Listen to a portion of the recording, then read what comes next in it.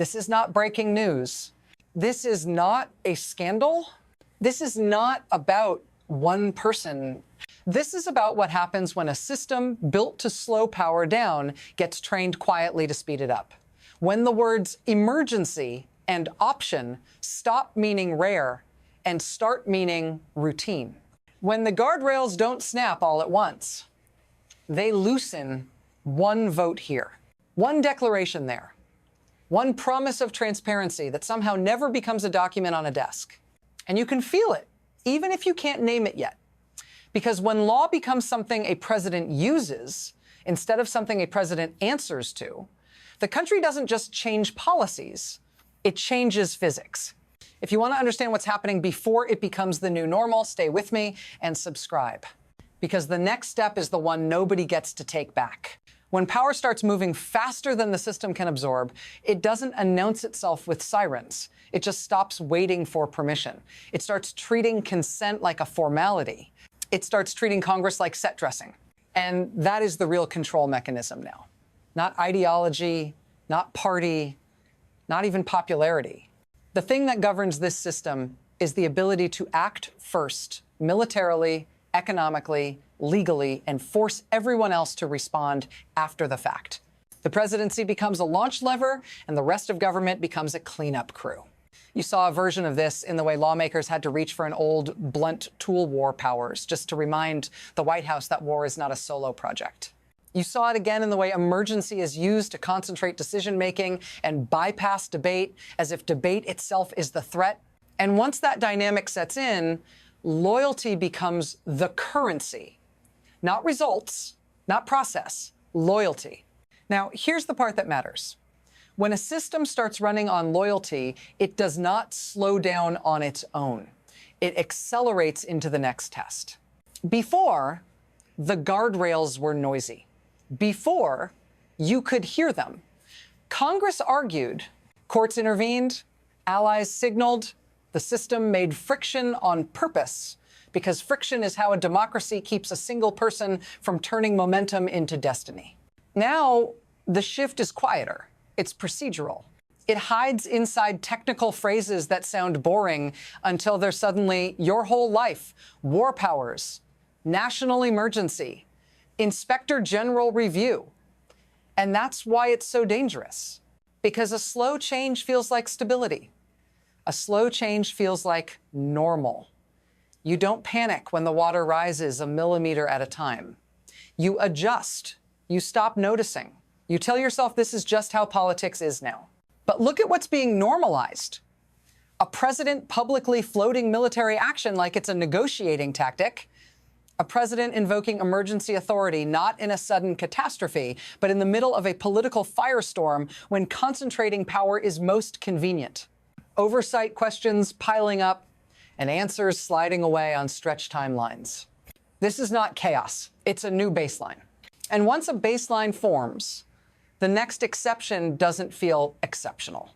It feels inevitable, which is why the first shock matters so much. Last week, Republican senators joined Democrats to advance a war powers resolution, an explicit attempt to limit the president's ability to use military force without Congress approving it first. That is not a gesture. That is a constitutional flare shot into the sky. And it happened for a reason that, on its face, still sounds unreal.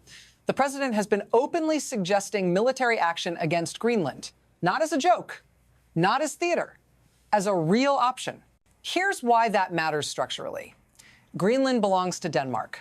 Denmark is a founding NATO member.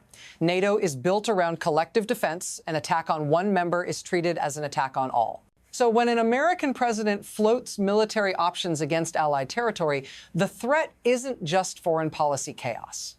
It's a stress test of whether American power still recognizes the boundary between impulse and law.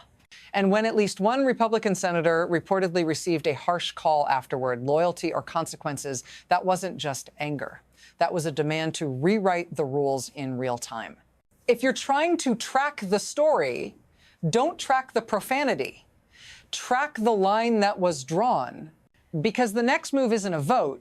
It's whether the system can survive what that vote is trying to prevent. War powers is the break. Emergency powers are the accelerator. And when you watch them appear in the same week, you're not watching politics, you're watching architecture. The war powers fight is Congress saying, you don't get to move the country into force without us. The emergency declaration over Venezuelan oil assets is the presidency saying, I can move around you anyway. Extraordinary executive powers, centralized control, no congressional debate, no slow grind of oversight, just action.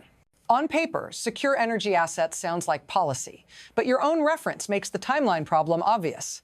Venezuela's oil infrastructure is in ruins.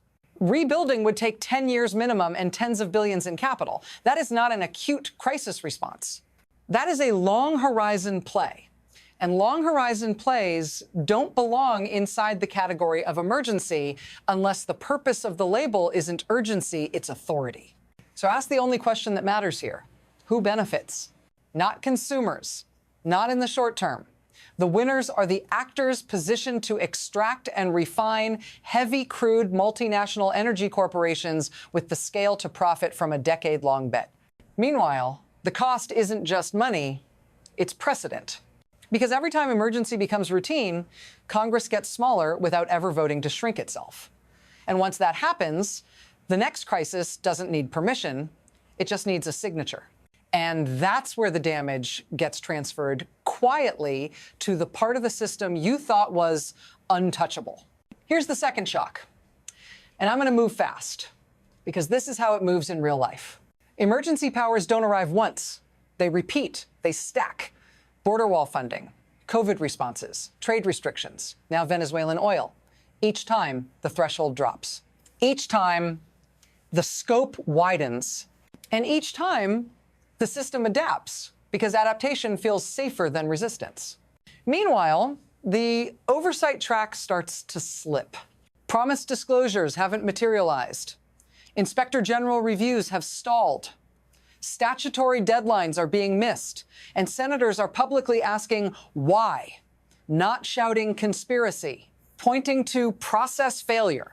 The kind of failure that tells you whether the promises were real or whether they were performance. Now connect the timing. Oversight pressure rises, and suddenly the atmosphere fills with other oxygen-eating events, war threats, emergency declarations, new controversies. The cycle accelerates. The questions sink. This is not random. Your reference names the play. Flood the zone. Exhaust attention. Make focus impossible.